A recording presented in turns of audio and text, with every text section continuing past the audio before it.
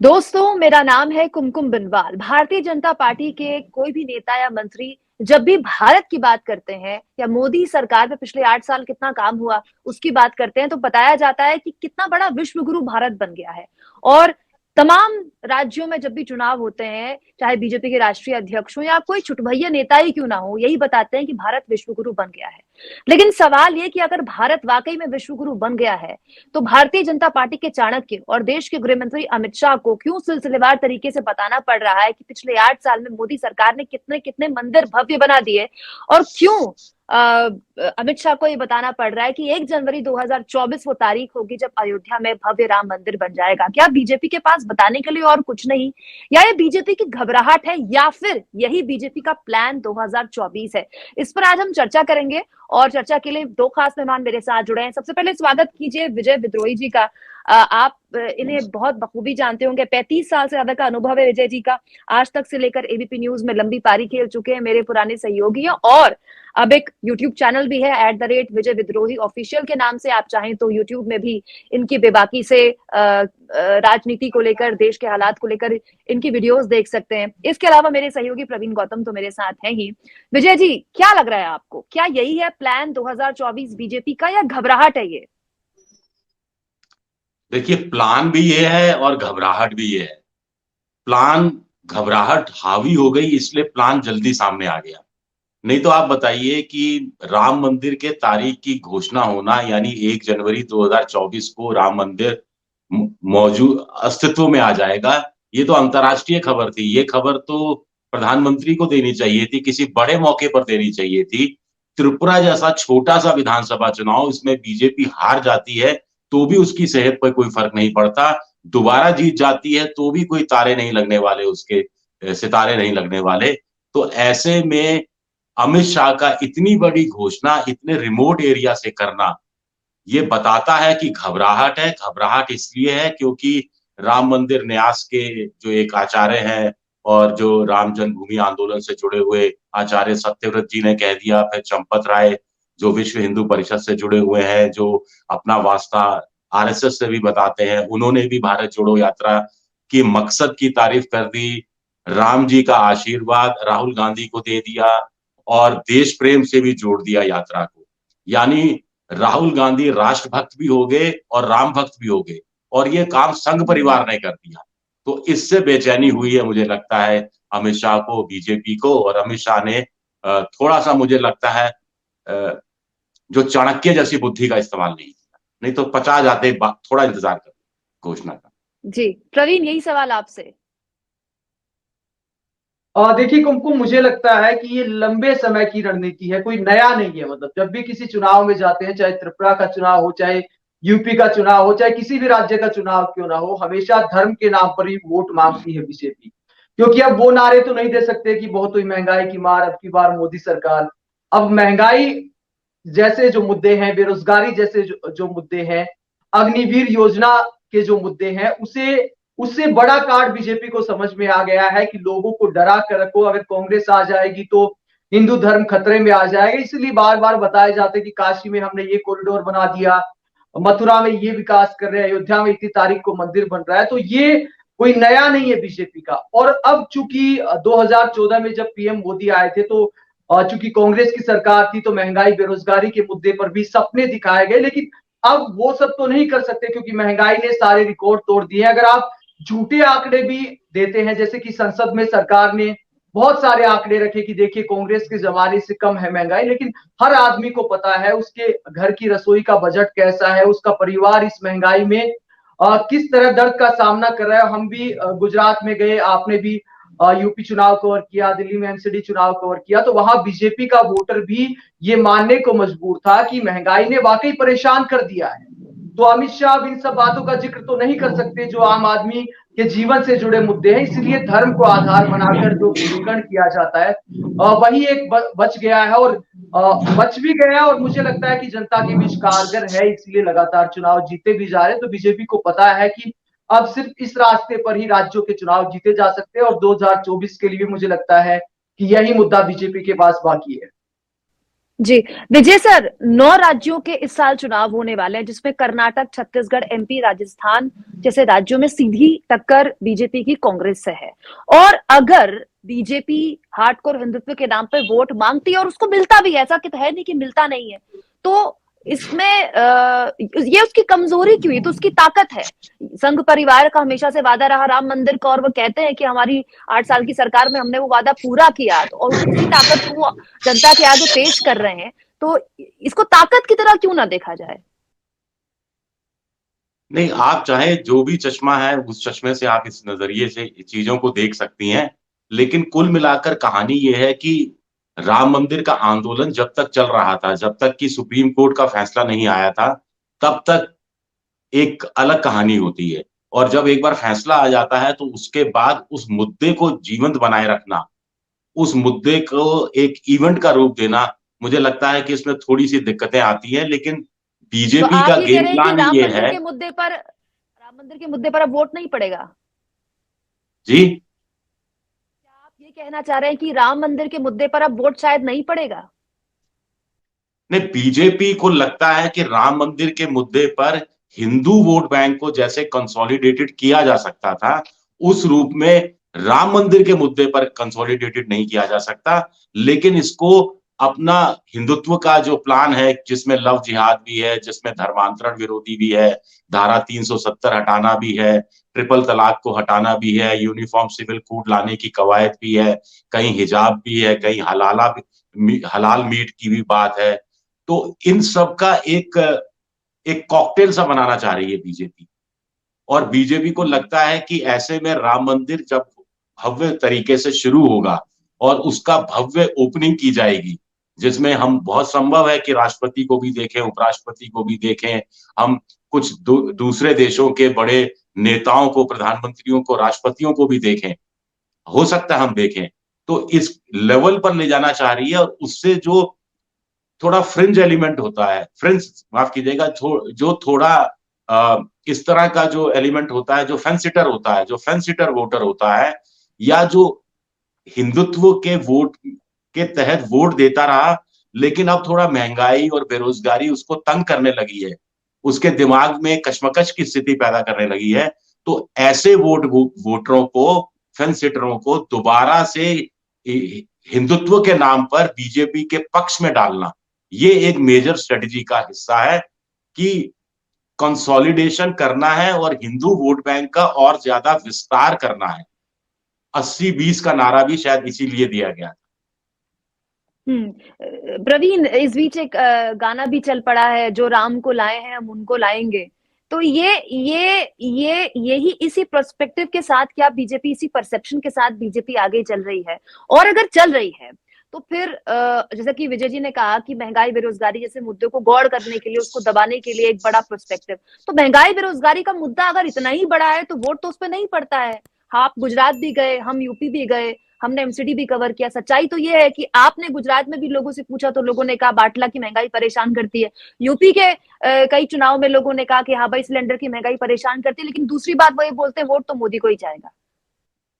देखिए कुमकुम, ऐसा नहीं है कि कोई मुद्दे, किसी मुद्दे पे वोट नहीं पड़ता है, महंगाई बेरोजगारी पर भी वोट पड़ता है, लेकिन निर्णायक फैक्टर ये होता है कि किस मुद्दे पर ज्यादा वोट पड़ता है। तो महंगाई बेरोजगारी पर भी बहुत वोट पड़ता है। ऐसा भी बहुत सारा वोट बैंक है कि हो सकता है जिसने 2014 में मोदी जी को वोट दिया हो, 2019 में मोदी जी को वोट दिया हो, और वो महंगाई बेरोजगारी जैसे असल मुद्दों की वजह से बीजेपी से छिटक गया हो, तो वोट आता जाता रहता है। तो महंगाई बेरोजगारी भी एक बड़ा मुद्दा है। बीजेपी के खिलाफ जो वोट पड़ते हैं वो भी महंगाई बेरोजगारी जैसे मुद्दों पर पड़ते हैं, लेकिन सबसे बड़ा फैक्टर जैसे गुजरात में था, एक तो प्रधानमंत्री खुद गुजरात के हैं, दूसरा जो विजय विद्रोही जी ने कहा कि राम मंदिर है, धारा 370 है, ऐसे मुद्दे आप कहीं भी चले जाओ, आप यूपी में भी फील्ड पे गए होंगे, गुजरात में भी फील्ड पर गए, या किसी भी राज्य में चले जाओ, सबकी जुबान पर, यहां तक कि एमसीडी चुनाव में भी जिसका जनता से कोई लेना देना नहीं, जिन मुद्दों का, उन पर वोट डालने की बात करते हैं। तो जो मीडिया चैनलों पर भी दिन रात दिखाया जाता है, अभी तो ट्रेलर भी नहीं आया, अमित शाह का बयान तो सिर्फ एक त्रिपुरा में वोट बटोरने के लिए, याद दिलाने के लिए, अभी तो ट्रेलर भी नहीं आया राम मंदिर का। जब पूरी पिक्चर आएगी, अगर जनवरी 2024 में राम मंदिर का उद्घाटन होना है, तो फिर आप सोच कर देखिए तमाम टीवी चैनल कितने दिन से माहौल बनाना शुरू करेंगे और सब में सारे मुद्दों को दबाने की कोशिश की जाएगी। और वैसे भी जितनी महंगाई और बेरोजगारी है, जनता को आप अब दिन को रात तो नहीं कह सकते ना। अगर महंगाई बेरोजगारी है तो है, अगर बीजेपी का वोटर है उसको भी पता है कि यार महंगाई बेरोजगारी तो है। तो अगर कमाई लोगों की नहीं बढ़ी है महंगाई के मुकाबले, तो आप उनको बरगला नहीं सकते। इसीलिए उन सारे असल मुद्दों को साइडलाइन करके सिर्फ धर्म के मुद्दे पर सियासत हो रही है। और 2024 चुनाव आते आते तो मुझे लगता है कि और भी ज्यादा होने वाला है। विजय जी, आज छत्तीसगढ़ के मुख्यमंत्री ने एक बात कही। छत्तीसगढ़ में लगातार बीजेपी आरोप लगा रही है वहां की कांग्रेस भूपेश बघेल सरकार पर, कांग्रेस सरकार पर, कि धर्मांतरण पर रोक नहीं लगा रही। तो भूपेश बघेल ने आज मीडिया से कहा कि मेरे पास पूरी लिस्ट है कि रमन सिंह सरकार के दौरान कितने धर्मांतरण हुए और कितने चर्च बने, आप कहें तो मैं आपको लिस्ट दे दूं। तो हम 2024 से पहले 2023 को भूल रहे हैं। जैसा कि मैंने कहा कि 9 राज्यों में कई राज्य ऐसे हैं जहां बीजेपी की लड़ाई सीधे कांग्रेस से है। तो क्या ये बीजेपी एक घबराहट समझ रही है कि कर्नाटक में देखिए बहुत भयानक एंटी इनकम्बेंसी है। कर्नाटक में जनादेश बीजेपी के समर्थन में आया भी नहीं था, कैसे जोड़ तोड़ से सरकार बनाई गई सब जानते हैं। छत्तीसगढ़ में भूपेश बघेल मजबूती से खड़े हुए हैं, एक मजबूत छत्रप के तौर पर उभरे हैं। कांग्रेस में भी उनका कद बढ़ा है, मध्य प्रदेश में भी जनादेश बीजेपी के साथ नहीं था। तो क्या ये लड़ाई 2023 के लिए? क्योंकि अगर 2023 में खेल बिगड़ा और राज्यों में अगर कई इंपॉर्टेंट राज्यों में अगर सत्ता हाथ से चली गई तो वो परसेप्शन 2024 को बहुत हद तक इफेक्ट करेगा। देखिए, हमारे यहाँ जनता अलग अलग तरीके से वोट करती है। अब दिल्ली इसका उदाहरण है, बहुत शानदार उदाहरण है कि विधानसभा चुनाव में एक तरफा वोट केजरीवाल को और लोकसभा चुनाव में एक तरफा वोट बीजेपी को। तो राष्ट्रीय स्तर पर भी ये है। 2023 के सारे विधानसभा चुनाव अगर बीजेपी हार जाती है तो भी मेरा मानना है कि 2024 में मोदी जी की सेहत पर कोई फर्क नहीं पड़ने वाला, बहुत कम मामूली सा फर्क पड़ने वाला है उसमें। वो अपने नाम पर जब अपने लिए वोट मांगते हैं तो लोग उनको वोट देते रहे हैं। लेकिन बीजेपी जानती है कि वो स्टिकी विकेट पर है, जैसा आपने कहा विधानसभा चुनाव को लेकर। कर्नाटक में भी वो मुश्किल में है, मध्य प्रदेश में मुश्किल में है, छत्तीसगढ़ में उसका जीतना बड़ा मुश्किल है। राजस्थान जो एक तरफा लग रहा था कुछ समय पहले तक, अब मुकाबला ऐसा लगता है कि दोनों तरफ की खेमेबाजी धड़ेबाजी एक जैसी है।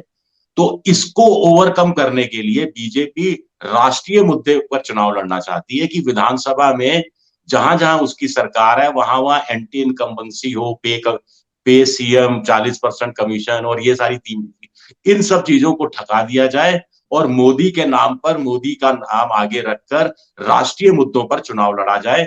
तो ये एक तरह का प्रयोग बीजेपी कर रही है। उसको लगता है कि ऐसे ही वो कुछ विधानसभा चुनाव में कुछ अपना चुनावी सफलता हासिल कर सकती है। स्थानीय मुद्दों पर चुनाव चला गया तो बीजेपी के लिए निपटना मुश्किल हो जाए। प्रवीण, क्या आपको भी लगता है कि राज्यों में अगर खेल बिगड़ा फिर भी बीजेपी की सेहत को कोई खास ऐसा फर्क नहीं पड़ेगा? देखिए कुमकुम, मैं इस बात से बिल्कुल सहमत हूं जो विजय विद्रोही जी ने कहा कि मोदी के नाम पे चुनाव अलग होता है। बहुत सारा वोटर हमें फील्ड में मिलता है जो कहता है कि स्थानीय नेता तो खराब है लेकिन मोदी जी अच्छे हैं।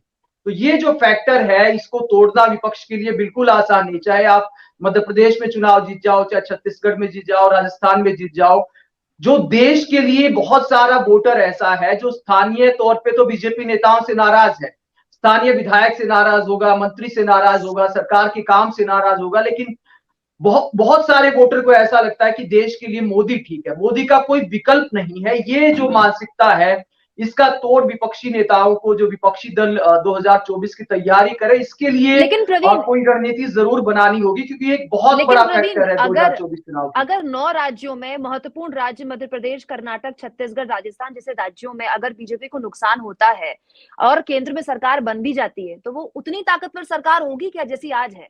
वो डबल इंजन वाला मामला तो नहीं होगा? देखिए कुमकुम, एक मैं आपको उदाहरण देता हूं कि राजस्थान में नई सरकार बनी थी पिछली बार, लेकिन सारी सीटें बीजेपी ने जीती। राजस्थान में नई नई सरकार थी, कहा जाता है कि उस समय तो हनीमून पीरियड होता है किसी सरकार के लिए, लेकिन सारी की सारी सीटें राजस्थान की जनता ने लोकसभा की बीजेपी को दे दी। तो वो उदाहरण है कि देश के तौर पर पब्लिक किस तरह अलग से वोट करती है।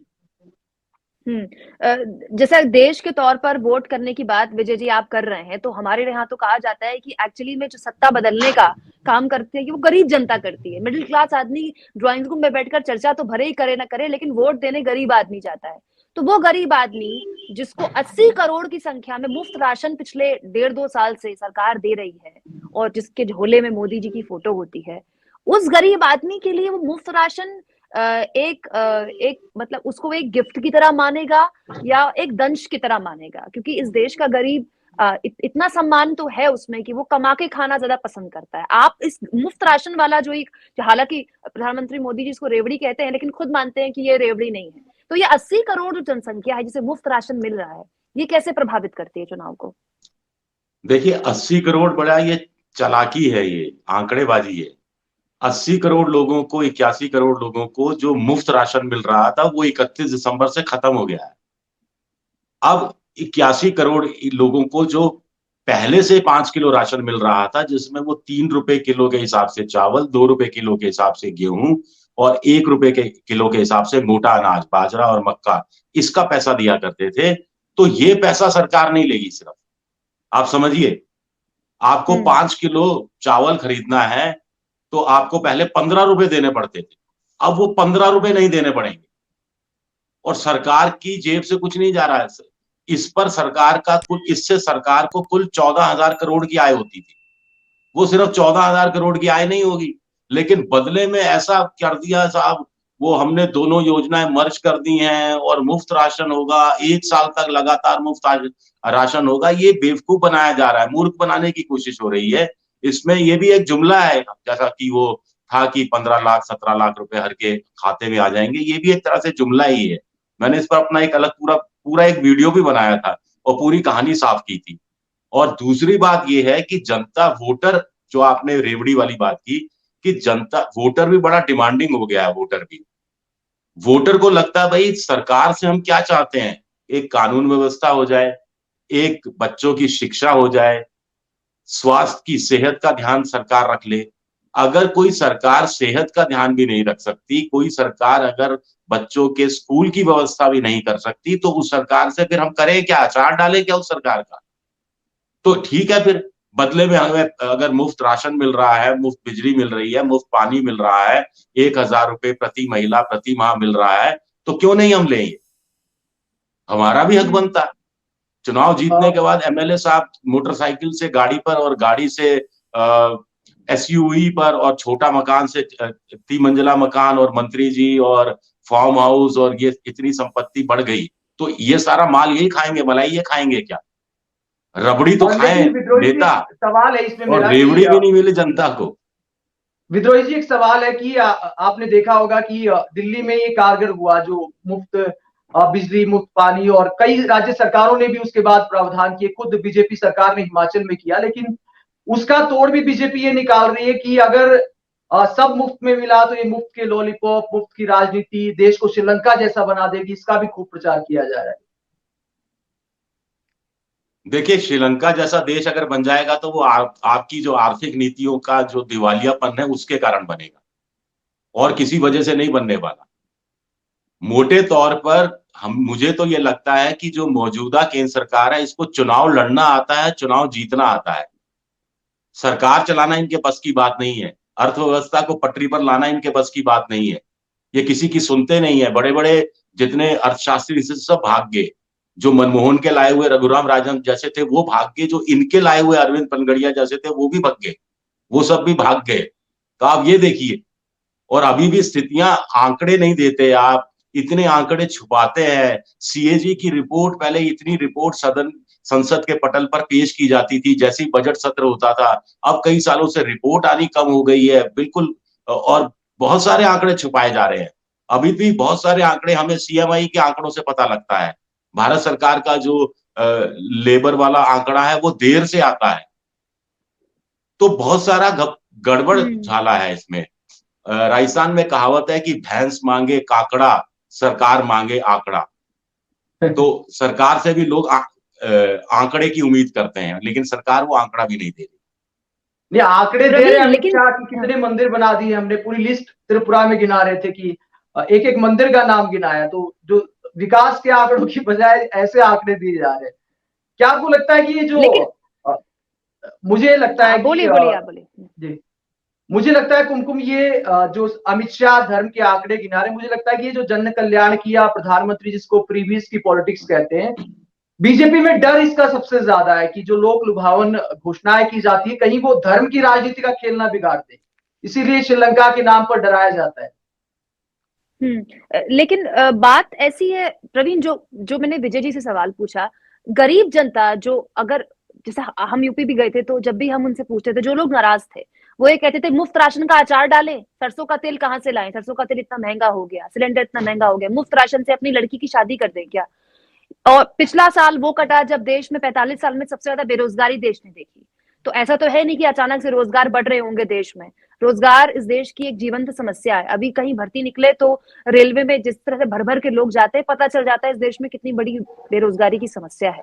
क्या वो सारे मुद्दे गौड़ हो जाएंगे जब एक सॉन्ग रचा जाएगा तमाम मीडिया चैनलों में, प्रधानमंत्री मोदी जी आएंगे और राम मंदिर का उद्घाटन होगा और कई दिन तक उसके बाद वो इवेंट चलेगा। क्या उसके आगे आदमी भूल जाएगा कि उसके घर में लड़की की शादी होनी है, घर में खर्चा नहीं चल रहा है, बेटे की नौकरी नहीं लग रही है, चार साल से भर्ती नहीं निकली है।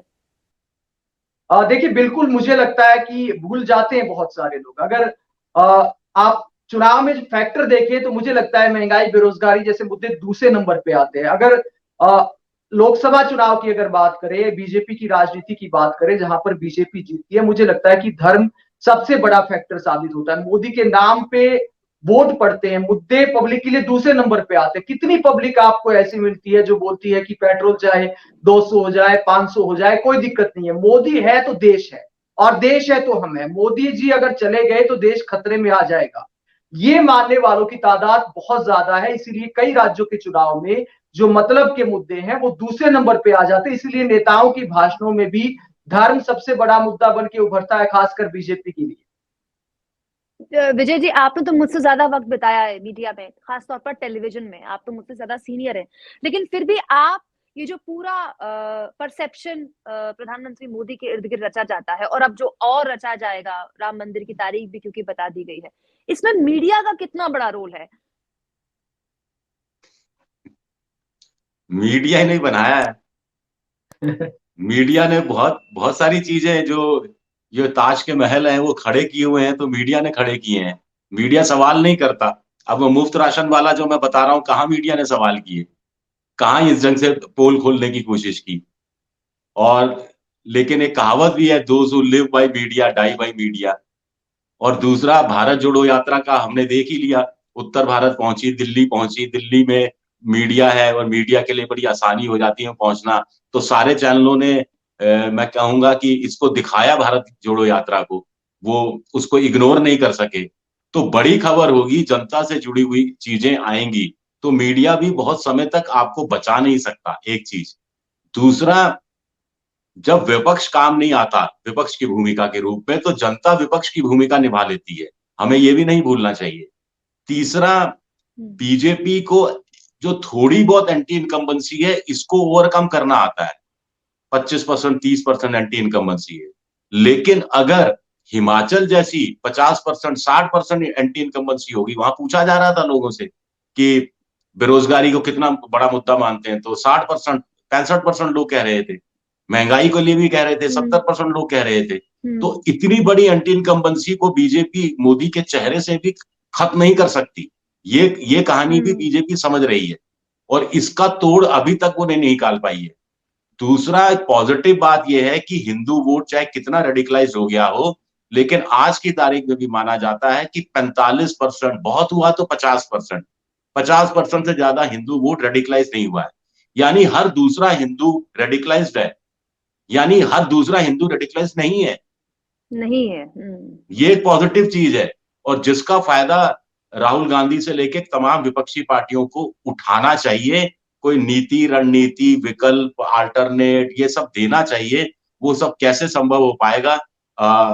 मुझे लगता है कि अगर विधानसभा चुनाव में, ये जो 9-10 विधानसभा चुनाव है, जम्मू कश्मीर को भी अगर मिला लिया जाए, उसमें अगर बीजेपी का प्रदर्शन खराब रहता है और कांग्रेस मान लीजिए छत्तीसगढ़ दोबारा जीत जाती है, मध्य प्रदेश भी जीत जाती है, कर्नाटक भी जीत जाती है, और तेलंगाना में जो ईसीआर की पार्टी है वो चुनाव जीत जाती है, तो एक बूस्ट तो कम से कम उस रूप में मिलेगा, और एक फेंस सिटर को भी सोचने लगेगा। अभी तक तो कुछ लोग ये सोचते हैं कि साहब मोदी के अलावा किसी को आना नहीं है तो वोट क्यों खराब करें, तब वो वोट खराब करने का जोखिम लेने के लिए भी तैयार हो जाए, और ये फिर बिल्कुल समझ रही हैं आप। लेकिन विजय जी, बिल्कुल विजय जी, हिमाचल में तो ये सारी बातें हुई ना। हिमाचल में तो बीजेपी का मैनिफेस्टो उठाइए तो ये कहा गया कि हम यूनिफॉर्म सिविल कोड लाएंगे, जैसे उत्तराखंड में लेकर आए, हम फ्री बिजली भी देंगे, मतलब वो अरविंद केजरीवाल वाला फ्रीवी वाला भी उठा लिया, बिजली पानी वाला, और अपना हार्ड कोर हिंदुत्व, लव जिहाद, सब कुछ किया बीजेपी ने, लेकिन वहां नहीं चला। आप ठीक है विजय जी, जवाब देने की स्थिति में है? माफ कीजिए, खांसी हो रही चलिए है। प्रवीण, कोई बात नहीं। प्रवीण, हम जैसा कि आप खुद ही कह रहे थे कि मोदी के नाम पर ही वोट पड़ता है, मोदी नहीं तो कौन, और बहुत सारे लोग हैं जो इन्फ्लुएंस में आ जाते हैं कि हाँ भाई राम मंदिर बनाने वाले लोग हैं, लेकिन बड़ा सवाल ये है, ये सारी बातें तो हिमाचल में रची गई थी। हिमाचल में भी कहा गया था यूनिफॉर्म सिविल कोड लेकर आएंगे, धर्मांतरण का मुद्दा भी उठा, वहां भी फ्री बिजली पानी, तो वहां के लोगों ने तो सूपड़ा साफ किया। देखिए, वो राज्य के चुनाव और लोकसभा चुनाव का फर्क है। मैंने लोकसभा चुनाव के लिए बोला था कि सबसे बड़ा फैक्टर है कि विधानसभा चुनाव और लोकसभा चुनाव में लोगों की अलग धारणाएं होती है। जैसा विजय विद्रोही जी ने बताया कि दिल्ली में आम आदमी पार्टी को इतना प्रचंड बहुमत मिला, फिर भी 7 सीट बीजेपी की आ गई। तो विपक्षी नेताओं को इस बात का तोड़ निकालने की जरूरत है कि जो परसेप्शन है जनता के बीच की राज्य के लिए तो हम काम देखकर सरकार बदल सकते हैं, लेकिन देश की सुरक्षा के लिए मोदी जरूरी है, ऐसा मानने वाला वोटर बहुत बड़ा है, जो कि जिसमें मीडिया का एक बड़ा रोल है कि कोई विकल्प नहीं है, विपक्ष तो बिखरा हुआ है, कांग्रेस क्या भारत जोड़ो यात्रा कर रही है, कांग्रेस में खुद फूट पड़ी हुई है, पहले कांग्रेस जोड़ना चाहिए, उसके बाद भारत जोड़ो यात्रा करनी चाहिए। तो इस तरह जो मीडिया का खेल है, जो ये दिखाता है, ये परसेप्शन बनाता है कि देश के लिए मोदी जरूरी है, मोदी के नाम पर दुनिया में डंका बज रहा है। जहां तक हिमाचल की बात है या राज्य सरकारों के चुनाव की बात है, कई बार विधायक के खिलाफ एंटी इनकम्बेंसी होती है, राज्य सरकार के खिलाफ एंटी इनकम्बेंसी होती है, लेकिन लोकसभा चुनाव को पब्लिक मोदी का चुनाव मानती है। तो इस जो मोदी फैक्टर है, इसका तोड़ विपक्ष को जरूर निकालना पड़ेगा अगर लोकसभा चुनाव में बीजेपी को हराना है तो। विजय जी, एक कहते हैं कि ब्रेक इवन पॉइंट के बाद आदमी नीचे आता है। अब बीजेपी अपने पीक पर है। कर्नाटक में अगर आप कहते हैं कि कांग्रेस जीत भी जाती है 1%, फिर भी कर्नाटक में 28 में से 25 सीटें बीजेपी जीती थी 2019 में, 25 में से 24 सीटें राजस्थान में जीती थी, 29 में से 28 सीटें एमपी में जीती थी, छत्तीसगढ़ में 11 में से 9 जीती थी। तो क्या 2024 में आप बीजेपी को वो सब अपना बेस्ट दोबारा रिपीट करते हुए देखते हैं? देखिए, आज की तारीख में तो नहीं दिखता, क्योंकि ये जो आपने राज्यों के नाम लिए, इससे बड़े राज्य है महाराष्ट्र, जिसमें शिवसेना साथ में थी, अब शिवसेना साथ में नहीं है, और वो शिवसेना अब महाअघाड़ी के साथ में है। तो वहां बीजेपी को ठीक ठाक नुकसान हो सकता है। यही स्थिति बिहार की है, जहां नीतीश उनके साथ नहीं है और नीतीश अब महागठबंधन में है, तो वहां ठीक ठाक नुकसान हो सकता है। बंगाल में 18 सीटें मुझे नहीं लगता बीजेपी निकाल पाएगी। बिल्कुल। और इसके अलावा केरल में खाता नहीं खुला था, इस बार भी खाता नहीं खुलेगा। तमिलनाडु में खाता नहीं खुला था, खाता नहीं खुलेगा। आंध्र प्रदेश में खाता नहीं खुला था, खाता नहीं खुलेगा। मोटे तौर पर साउथ की 130 में से 29 सीटें बीजेपी के पास थी, और कर्नाटक में भी सीटें कम होंगी। तो अब बीजेपी के लिए सबसे बड़ी दिक्कत है कि साथियों को तलाशे, वो साथी कहां से तलाशे, और दूसरा, जहां जहां जितनी सीटें उन्होंने जीती थी उन सीटों पर तो कब्जा किया ही जाए। अभी भी आप पढ़ रही होंगी, अखबारों में आ रहा था कि मुश्किल सीटें हैं। मुश्किल से मतलब आप देखिए, असंभव सीटें हैं। करीब 60 पहले सीटें, 140 थी, फिर कहा गया 160, अब कहा जा रहा है 204 ऐसी सीटें हैं जो बीजेपी मानकर चलती है कि वो असंभव जैसी सीटें हैं। तो उस रूप में बीजेपी बड़ी दिक्कत में है। पिछली बार भी पुलवामा नहीं हुआ होता तो कहानी दूसरी होती। इस बार भी लोग कह रहे हैं कि पुलवामा जैसा कुछ हो जाए। मुझे नहीं मालूम क्यों, किस आधार पर क्यों कहा जा रहा है। मैं ये नहीं कह रहा कि पुलवामा करवाया गया था, लेकिन पुलवामा जैसा कुछ हो जाएगा या पुलवामा जैसा कुछ करवा दिया जाएगा, तो ये अपने आप में बड़ा रहस्यमय है। और आज की तारीख में इस पर कुछ नहीं कहा जा सकता। और राजनीति में एक हफ्ता भी बहुत ज्यादा होता है, तो अभी तो बहुत समय बचा हुआ है चुनाव। तो क्या यही घबराहट, यही पशुपेश, यही कंफ्यूजन बीजेपी को परेशान कर रहे हैं? आखिरी टिप्पणी प्रवीण, 2024 में क्या? देखिए, विजय विद्रोही जी ने सही कहा कि बंगाल में चूंकि इतना काडर कमजोर हो गया बीजेपी का, बहुत सारे नेता छोड़कर भाग गए विधानसभा चुनाव के परिणाम के बाद, जो हालात हुआ, तो संगठन जो है वो बिखर गया है बंगाल में। लेकिन अगर दूसरी स्टेट की, अगर विपक्ष की तरफ आप जाएंगे तो देखो, विपक्ष को संगठन के तौर पे काम करने की जरूरत है। इस बात में कोई दो राय नहीं कि धर्म की जो राजनीति है, इसके अलावा बीजेपी का प्लस पॉइंट है संगठन। बीजेपी में इतने प्रकोष्ठ है, लगातार मीटिंग होती रहती है, लेकिन अगर वहीं आप तुलना करो कांग्रेस की या दूसरे विपक्षी दलों की, तो उतना एक्टिव नजर नहीं आते। ये मान लेना कि लोग बीजेपी से तंग आकर हमें वोट दे देंगे, तो 2024 मुझे लगता है कि जैसा विजय विद्रोही ने कहा कि कई बार जनता ही विपक्ष बन जाती है, उसे होने में मुझे लगता है कि टाइम लग सकता है। अगर ऐसा हुआ, अगर कांग्रेस ने भारत जोड़ो यात्रा के अलावा अपने संगठन पर ध्यान नहीं दिया, तो इतनी जल्दी अच्छे दिन नहीं आने वाले।